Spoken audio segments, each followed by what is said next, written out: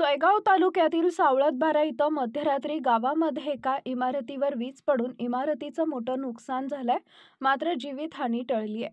या विजेच्या कडकडाटाचा आवाज एवढा भयानक होता की आवाजानं संपूर्ण गाव हादरलं आणि गावकऱ्यांमध्ये घाबरून मोठं भीतीचं वातावरण निर्माण झाले होते.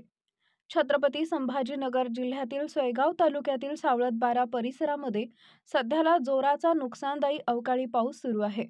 तसेच वादळही सुरू आहे, त्यामुळे शेतकऱ्यांच्या पिकांचं मोठं नुकसान होत असून हा अवकाळी पाऊस सुरू असताना अचानकपणे मध्यरात्री गावामध्ये नामदेव त्र्यंबक ठोसर या शेतकऱ्याच्या इमारतीच्या वरच्या भागावरती वीज पडल्यामुळे त्या इमारतीचं मोठं नुकसान झालं आहे आणि या इमारतीचे छत फाटले असून या इमारतीला मोठमोठे तडे जाऊन वायर फिटिंग जळून विजेमुळे मोठं नुकसान झालं आहे, अशी माहिती या कुटुंबानं दिली आहे.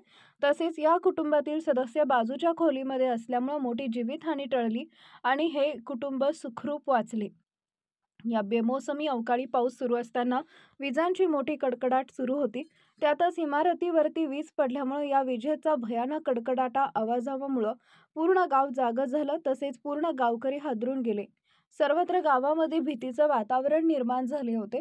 मात्र शासन प्रशासन अशा आपत्कालीन घटनांकडे दुर्लक्ष करत असल्याचं चित्र दिसून येत आहे.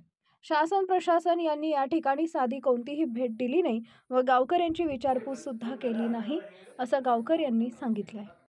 तुमचं नाव सांगा. नामदेव त्र्यंबक ठोसर. आम्हाला अशी माहिती मिळाली वीज पडलेली आहे घरावरती तुमच्या. अशी माहिती मिळाली. ही घटना खरं आहे का? हो, खरं आहे. किती वाजता झाली घटना? 3 सव्वा 3च्या दरम्यान झाले. कुठे पडली नेमकी? घराच्या घरावरती, टावरवरती. काय नुकसान झालं त्यामुळे? त्याच्यामध्ये टावरचा क्रॅक झालेला आहे, होल पडला खालून आणि पूर्ण लाईट फिटिंग जळाली. त्या घराचं नुकसान झालेलं आहे का? हो. काही कर्मचारी अधिकारी प्रशासन आलो कोणी पंचनाम्यासाठी? नाही. पाहणी करण्यासाठी? नाही.